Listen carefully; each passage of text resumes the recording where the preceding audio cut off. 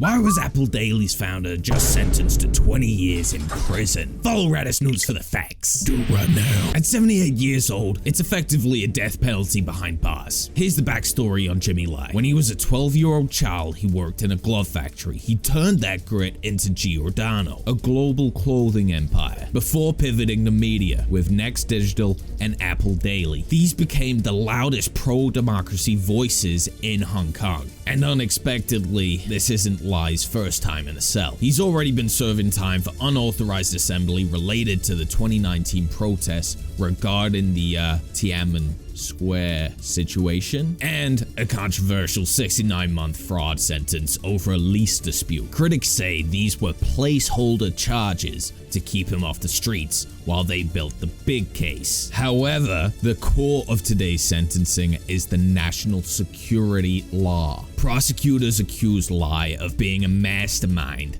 who used his newspaper to collude with foreign forces. They pointed to his meetings with US officials and Apple Daily articles as evidence of a conspiracy to lobby for sanctions against China and Hong Kong. Now, whether that's diplomacy or treason is exactly where the world is split. The High Court found him guilty, handed down a 20-year sentence for a man nearly in his 80s whose health is reportedly failing in solitary confinement. The message is clear. The era of the outspoken critic in Hong Kong is officially over. Even his son, Sebastian, called the sentence draconian and a total destruction of Hong Kong's legal system. Internationally, it's a firestorm. The UK Foreign Secretary called it a political hit job. Meanwhile, Beijing stands firm, calling Lai an instigator of riots and saying the law